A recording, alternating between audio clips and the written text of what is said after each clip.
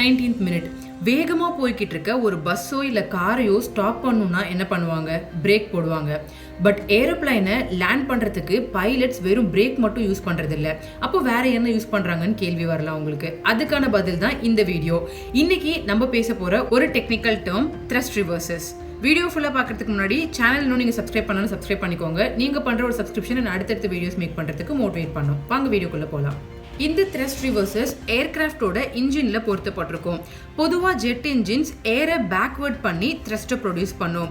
Thrust அப்படின்றது ஒரு forward force, அதாவது ஏர்கிராஃப்டை ஃபார்வர்டாக மூவ் பண்ணுறதுக்கு ஹெல்ப் பண்ணக்கூடிய ஒரு ஃபோர்ஸ். இது டேக் ஆஃப் ஆகும்போது நடக்கிற ப்ராசஸ். பட் லேண்ட் ஆகும்போது இந்த த்ரஸ்ட் ரிவர்சஸ் அந்த பேக்வர்டில் இருக்கிற ஏரை தடுக்கிற மாதிரி டோர்ஸ் இல்லை கேஸ்கெட்ஸ் வச்சு இந்த ஃபார்வர்ட் ஃபோர்ஸை தடுக்கும். ஸோ தட் லேண்ட் ஆகும்போது ஏரோப்ளைனோட ஸ்பீட் கம்மியாகி லேண்ட் ஆகும்போது ஈஸியாக ஹெல்ப் பண்ணும்.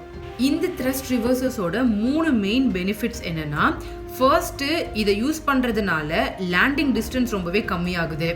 ரெண்டாவது, இப்போ த்ரஸ்ட் ரிவர்சஸ் யூஸ் பண்ணாமல் வெறும் பிரேக்ஸ் மட்டும் யூஸ் பண்ணாங்கன்னா அந்த பிரேக்ஸில் தான் மொத்த லோடும் போய் சேரும்.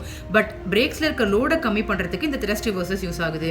மூணாவது, சேஃப்டி ரீசன்ஸ்க்காக இந்த த்ரஸ்ட் ரிவர்சஸ் யூஸ் ஆகுது. உதாரணத்துக்கு ரொம்ப வெட்டாக இருக்கக்கூடிய, மழை பெஞ்சு ரொம்ப ஈரமாக இருக்கக்கூடிய ரன்வேஸில் லேண்ட் பண்ணுறப்போ அண்ட் ஷார்ட் டிஸ்டன்ஸில் இருக்கக்கூடிய ரன்வேஸில் லேண்ட் பண்ணுறப்போ இந்த த்ரஸ்ட் ரிவர்சஸ் ரொம்பவே ஹெல்ப் பண்ணுது. இந்த த்ரஸ்ட் ரிவர்சஸை ஃப்ளைட் பறந்துக்கிட்டு இருக்கும்போது யூஸ் பண்ண மாட்டாங்க, கிரவுண்டில் ரீச் ஆனதுக்கு அப்புறம் தான் யூஸ் பண்ணுவாங்க. ஏன்னா ஃப்ளைட் பறந்துட்டு இருக்கும்போது இந்த த்ரஸ்ட் ரிவர்சஸ் யூஸ் பண்ணுறது ரொம்பவே டேஞ்சர். உதாரணத்துக்கு சில ஃப்ளைட்ஸில் ஃப்ளைட் பறந்துட்டு இருக்கும்போது இந்த த்ரஸ்ட் ரிவர்சஸ் டிப்ளாய் ஆகி அந்த ஃப்ளைட்ஸ் கிராஷுக்கே உள்ள இருக்கு. ஸோ இது ஒன்ஸ் ஃப்ளைட் கிரவுண்ட் டச் ஆனதுக்கு அப்புறம் தான் இந்த த்ரஸ்ட் ரிவர்சஸ் யூஸ் பண்ணுவாங்க.